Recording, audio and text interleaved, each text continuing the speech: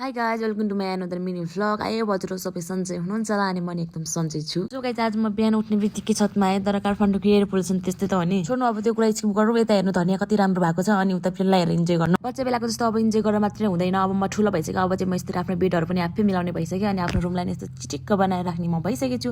अनि बेडलाई मात्रै नभएर म आफ्नो अब दाँतलाई पनि एकदम टलक्क टिलिक्क टल्काएर राख्छु। अब त ठुलो मान्छे जस्तो बन्नु पर्यो भनेको त फेरि त्यस्तै लागेको बानी। पछाडि चाहिँ म आफ्नो मुख धुन्छु भनेको त मलाई यो कपालले यति डिस्टर्ब गरिरहेको थियो गरिरहेको थियो नि त्यही भएर मैले सुरुमा आफ्नो कपाललाई चाहिँ बानी त्यसपछि चाहिँ मैले आफ्नो फेसलाई एकदम राम्रोसँग धोएँ। मुख धोइसके पछाडि चाहिँ म टावेलले मुख पुछेर स्किन केयर गर्छु। स्किन केयर चाहिँ एकदम इम्पोर्टेन्ट छ है। केटी मात्र नभएर केटाकेटी बुढाबुढी बच्चा बच्ची सबैले गर्नुपर्छ। कतिपयले स्किन केयरलाई मेकअप पनि भन्दो रहेछ है। घरमा बस्दा नि मेकअप गरेर बस्छ भन्थ्यो कि मलाई। तर स्किन केयर र मेकअपमा धेरै डिफ्रेन्स छ। स्किन केयर हामीले बाहिर जाँदा मात्र नभएर घरमा बस्दा होस् या राति सुत्दा होस् सधैँ गर्नुपर्छ।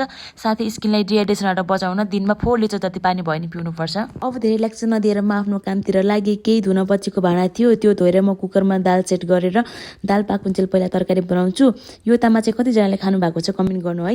हाम्रो घरतिर चाहिँ यसले बाँच करेला भन्छ। दिन म तरकारीको लागि प्याज खुर्सानीहरू काट्छु अनि मलाई मात्र हो कि सबैलाई हो यो प्याज काट्दा जहिले रुनु पर्ने। त्यसपछि तरकारी पकाउँदा पकाउँदै मैले गाजर पाउँछु अनि मिठो मानेर खान्छु। त्यतिकैमा अब मेरो खाना पनि रेडी भइसक्यो। त्यसपछि म 1 सेकेन्ड पनि ढिला नगरी पहिला म आफ्नो पेट पूजा गर्छु। खाएर मात्र भएन नि पचाउनु नि पर्यो भनेर बिहान भिजाउनु राखेको लुगाहरू सबैलाई धोएर सुकाउँछु। सो गाइज आजको मिनी भ्लग यति समय आई होप हजुरलाई मेरो मिनी भ्लग राम्रो लाग्यो होला। अब अर्को मिनी भ्लगमा भेटौँ ल। By by.